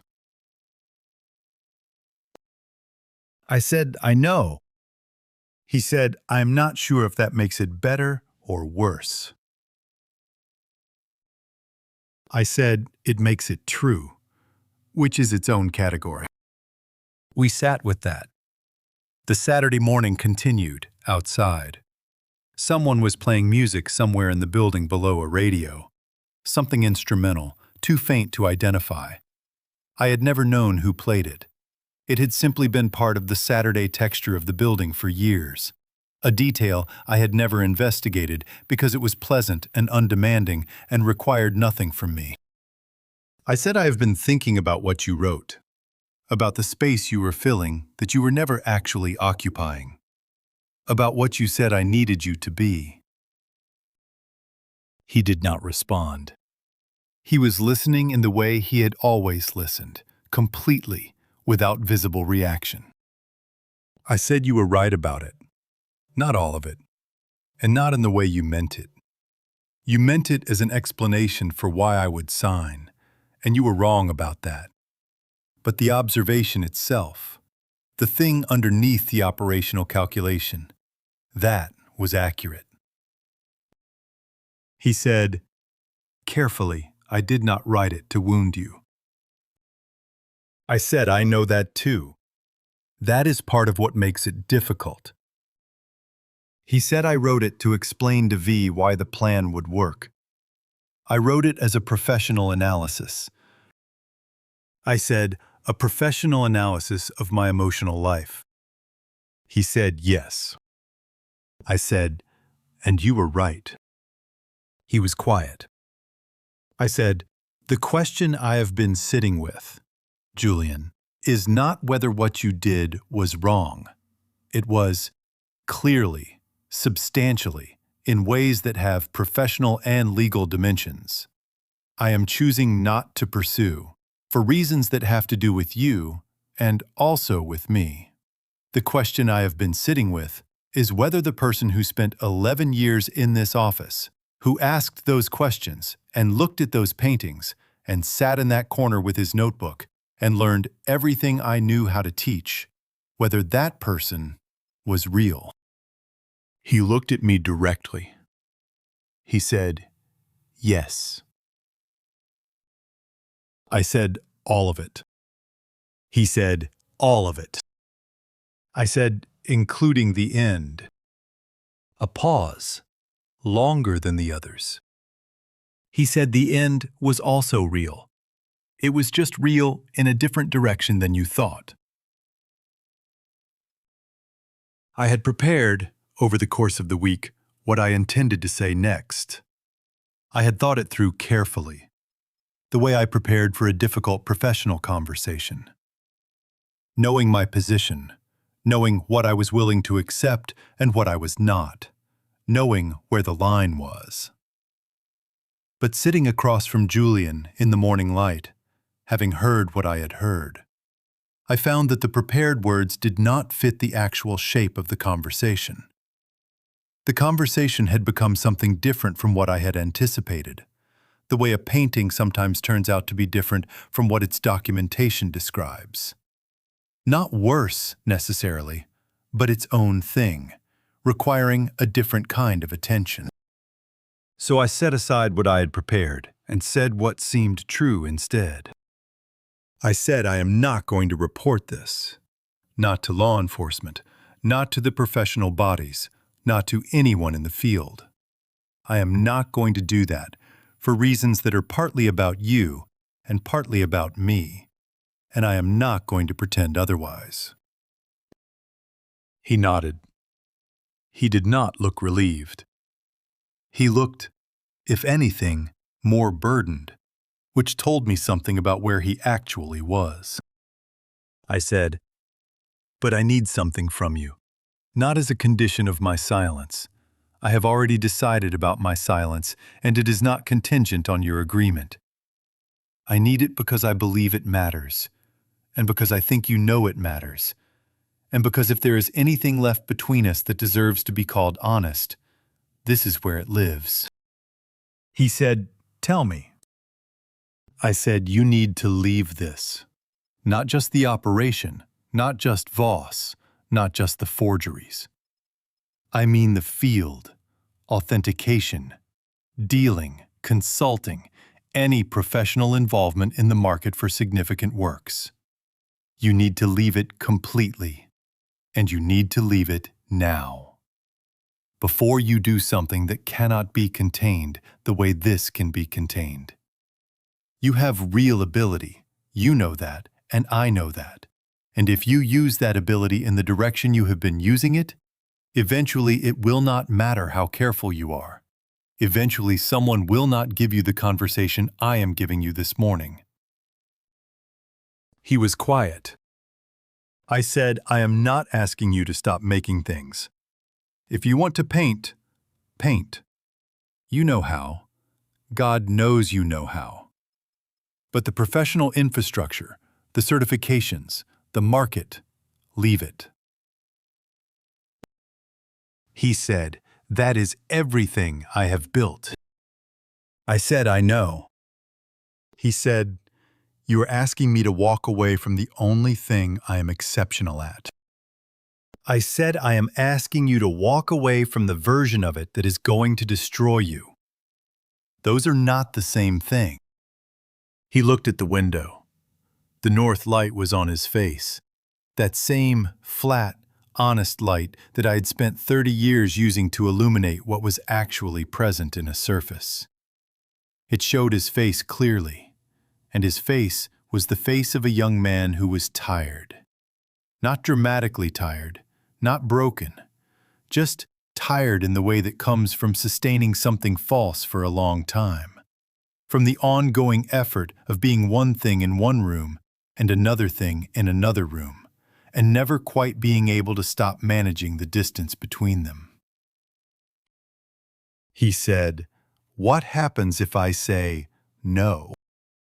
I said, "I have already told you what happens. Nothing changes about my decision regarding the authorities, but I will have told you the truth, and you will have heard it, and what you do with it will be entirely your own." He turned back from the window. He looked at me for a long moment. A long, direct, unguarded moment, of the kind that does not happen often between two people. The kind that only happens when the social scaffolding around a relationship has finally been set aside, and what remains is simply two people in a room with nothing between them but what is actually true. He said, "You should know that the 11 years were not a performance. I need you to know that." I said, "I believe you." He said, "I do not know if that makes it better or worse, either." I said, "I told you. It makes it true. True is its own category." He stood up. He straightened his jacket in the way he always did when he was preparing to leave a room. A small, habitual gesture I had seen hundreds of times. So familiar it had become invisible and was now suddenly, in this context, unbearably specific. the gesture of a person I had known for 11 years and was seeing clearly for the first time, and losing at the same moment.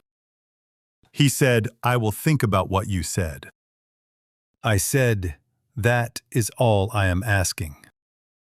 He said, "Ed." It was the first time he had used my name in the conversation. He had always used it sparingly, as though saving it for moments that required it. He said, "I am sorry." Not elaborated, not qualified, just those 3 words, said in a voice that had nothing strategic in it, nothing calculated, nothing that served any purpose other than the simple human purpose of saying a true thing to someone you have wronged. I said, "I know." He went to the door. He did not look back at the room the way he had looked at it when he entered. He simply opened the door and went through it. And I heard his footsteps on the stairs, the same unhurried rhythm. Going down now instead of up. And then the front door of the building opening and closing. And then the ordinary Saturday morning sounds of Chestnut Street receiving him and carrying him away. I sat in the empty office for a while. The weeks after that were quieter than I expected. I had anticipated some kind of aftermath, a period of turbulence, of revisiting, of lying awake with the conversation playing back in the dark. But what came instead was something closer to the stillness that follows the completion of a long and difficult examination. Not happiness exactly, not relief in any simple sense, a kind of settling, the particular quality of a room after the work has been done and the surfaces have been cleared and the light is just the light again, without anything urgent in it. I began that week the actual process of closing the office. Not the way I had been saying I was closing it for 5 years, the gradual, theoretical winding down that never quite wound down, but the actual process. I called my accountant. I wrote to the professional bodies whose certifications I held and notified them of my intended retirement date, which I set for the end of May. I began going through the files, 30 years of files, accumulated across 3 institutions and 5 years of private practice, sorting them into what needed to be archived, what needed to be returned to clients, and what could simply be let go. There was more in the last category than I expected. I had been holding on to things with the same instinct that had kept Catherine's mug on the shelf, the instinct that equated keeping with honoring, that believed the maintenance of things in their established places was a form of fidelity to the past. I went through the files carefully and let go of what did not need to be kept. And with each file that went into the recycling box, I felt something in the neighborhood of lightness. I called Maggie on a Thursday evening and told her what had happened at the Saturday meeting. Julian's answers, what I had asked of him, and what he had said. She listened through all of it without interrupting, and when I finished, she was quiet for a moment. And then she said, "How do you feel?" I thought about it honestly before answering. I said I felt like a painting that had been cleaned, not restored. I was not claiming to be new or repaired, but cleaned. The accumulated varnish of years of protective coating removed, the original colors present again, nothing hidden that did not need to be hidden. She said, "That is the most you thing you have ever said to me." I said, "I am aware of that." She laughed. It was the laugh I had known for 60 years. Unchanged in its essential character since we were children. And I sat with the phone pressed to my ear and listened to it and felt, underneath everything, the straightforward gratitude of a man who has a sister who will tell him the truth. I did not hear from Julian after that. I had not expected to, and I did not look for him. I checked once, through channels available to me, whether he was still operating in any professional capacity in the authentication or dealing world. and found no indication that he was. Whether he had left the field permanently or was simply being quiet, I could not know. I chose to believe the former, not because I was certain of it, but because the alternative was not something I could affect. And I had decided to invest my remaining attention in the things I could. In the 4th week after the meeting, I received a small package in the mail. No return address. Philadelphia postmark. Inside was a velvet pouch of the kind used for small instruments. And inside the pouch was Gerald Foss's loop, the one I had given Julian 3 years ago, the one I had thought was gone. No note, no explanation, just the loop, returned without ceremony. I held it for a long time. I did not know what to make of it, and I made the decision not to try. Some things do not require interpretation. Some things are simply what they are.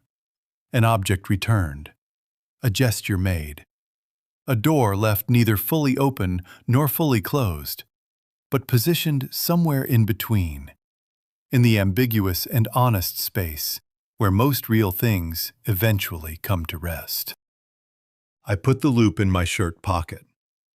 The weight of it was exactly as I remembered, the particular balance of the instrument that had been in Gerald's hand, and then in mine, and then in Julian's, and now in mine again. Carrying all of that history without comment. In the last week of May, I locked the office on Chestnut Street for the final time. The reference library had been donated to the university program where I had occasionally lectured. The examination equipment had been sold to a young authenticator in New York who had come down to collect it and spent 3 hours asking me questions about methodology that reminded me, with a vividness I had not expected, of a different young person asking different questions in this same room 15 years earlier. The files were archived or dispersed. The shelves were bare. The room was empty except for the north light coming through the windows and the faint, persistent smell of linseed oil that had absorbed itself into the walls over 30 years and would, I suspected, remain there long after I was gone.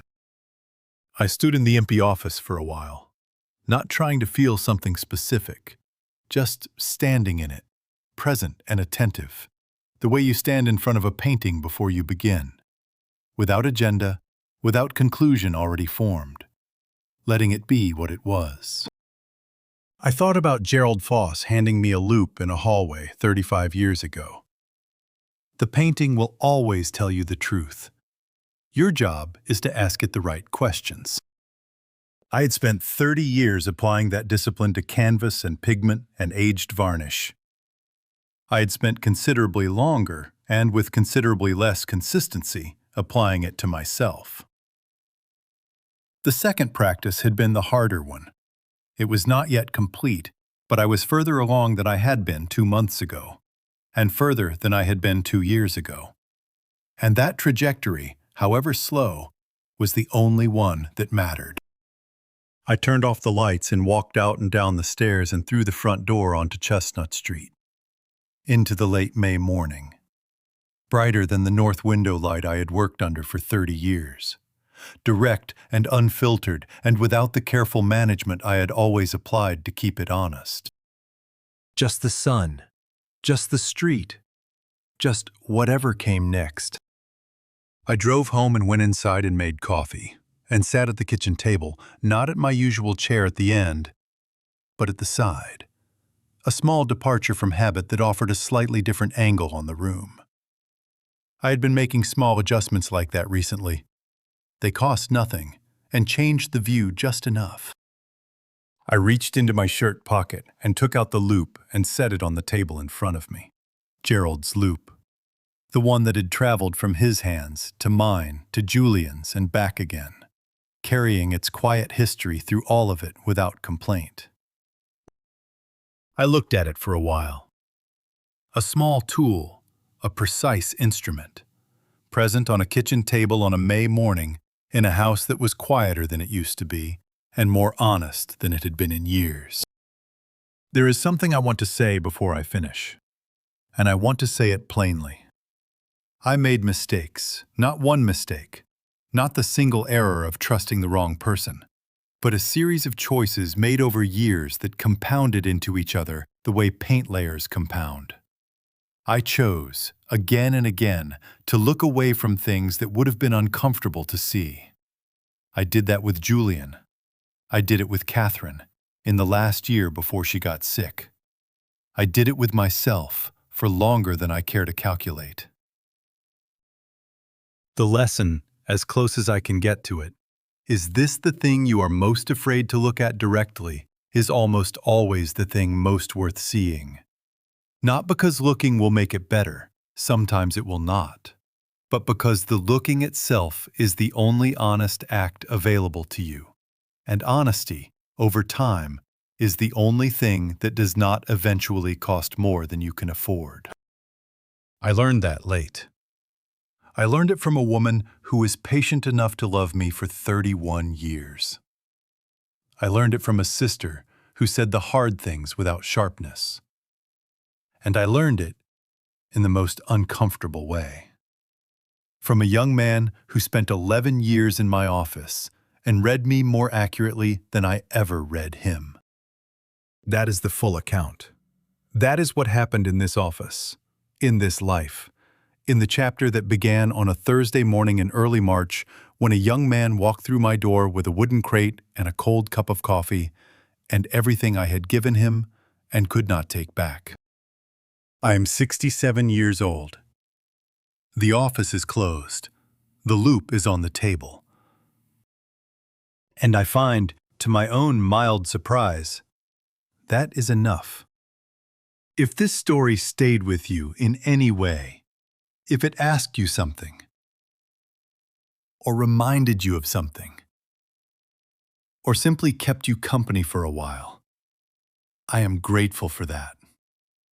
A like, a share, a kind word to someone who might want to listen. These things matter more than they perhaps should. And I say so honestly, which is the only way I know how to say anything anymore. And if you believe, as I have come to believe, that clarity finds us when we are finally ready to receive it well, there may be something larger than us arranging that. I have lived long enough to stop arguing with the possibility. Thank you for listening.